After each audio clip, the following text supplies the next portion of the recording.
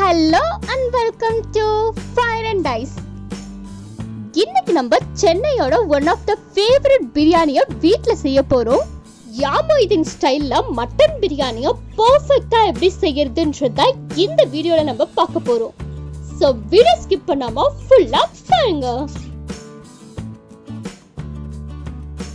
நான் 1 kilo mutton எடுத்திருக்கேன். இதை நல்லா மஞ்சள் போட்டு வாஷ் பண்ணிட்டு ஒரு குக்கரில் போட்டுடலாம். மட்டன் முழுகிற அளவுக்கு தண்ணி ஊற்றணும். வேற எதுவுமே நம்ம இதில் ஆட் பண்ண வேண்டாம். குக்கரை மூடி ஒரு 6 விசிலுக்கு வச்சு எடுத்துக்கலாம். யாமோயிதின் ஸ்டைல் பிரியாணி மசாலா எப்படி அரைக்கிறதுன்றத பார்க்கலாம். ஒரு ஜார்ல 2 துண்டு பட்டை ஆட் பண்ணிக்கலாம். இது கூடவே 1 ஸ்பூன் ஏலக்காய், 1 ஸ்பூன் கிராம்பு இதையும் ஆட் பண்ணி அரைச்சி எடுத்துக்கலாம். இப்போ நம்ம ஒரு பாத்திரத்துல 200 ml எண்ணெய் ஆட் பண்ணிக்கலாம். எண்ணெய் நல்லா ஹீட் ஆனதும் நம்ம மசாலா ஆட் பண்ண போறோம். 3 பிரிஞ்சி இலை, 2 துண்டு பட்டை, 4 ஏலக்காய், ஒரு 10 கிராம்பு ஆட் பண்ணிக்கலாம். மராத்தி முக்கு 2, அன்னாசி பூ 3, ஒரு பிஞ்ச் ஜாதிக்காய், 1 ஸ்பூன் கல்பாசி, 250 கிராம் வெங்காயம். இப்போ இது எல்லாத்தையும் நல்லா வதக்கிக்கலாம்.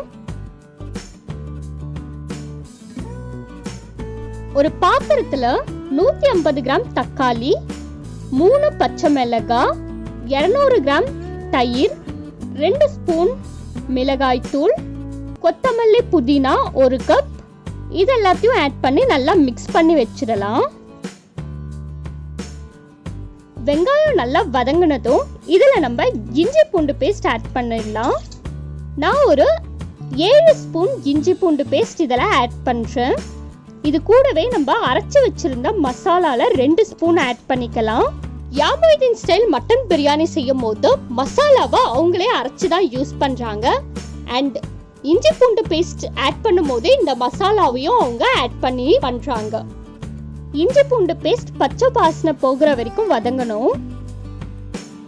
இப்போ நம்ம இதுல மிக்ஸ் பண்ணி வச்சிருக்கோம் இல்லைங்களா, தக்காளி கர்ட்லாம் போட்டு இதை நம்ம ஆட் பண்ணிக்கலாம்.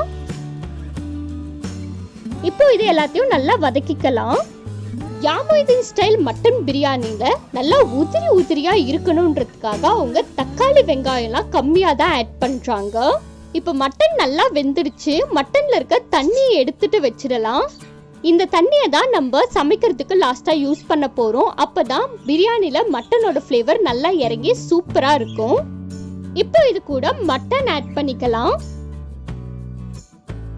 தேவையான அளவு உப்பையும் கூடவே ஆட் பண்ணிட்டு இது எல்லாத்தையும் நல்லா மிக்ஸ் பண்ணிக்கலாம். எண்ணெய் மேல இந்த மாதிரி தெரியும். இந்த ஸ்டேஜ்ல நம்ம மட்டன் வேக வச்ச தண்ணி ஆட் பண்ணிக்கலாம். அது கூடவே தேவையான அளவு தண்ணியும் ஆட் பண்ணிக்கலாம். நான் 1 கிளாஸ் அரிசிக்கு 2 கிளாஸ் தண்ணி ஆட் பண்றேன். தண்ணி ஆட் பண்ணி இந்த மாதிரி நல்லா கொதிச்சு வரும். இந்த ஸ்டேஜ்ல நம்ம அரிசி ஆட் பண்ணிடலாம். நான் 1 கிலோ பாஸ்மதி ரைஸ் எடுத்திருக்கேன். இதை ஆல்ரெடி நான் 20 மினிட்ஸ் ஊற வச்சு வச்சிருக்கேன். அரிசி ஆட் பண்ணிட்டு லைட்டா மிக்ஸ் பண்ணி விட்டுருங்க. இதை நம்ம மூடி போட்டு மூடிடலாம்.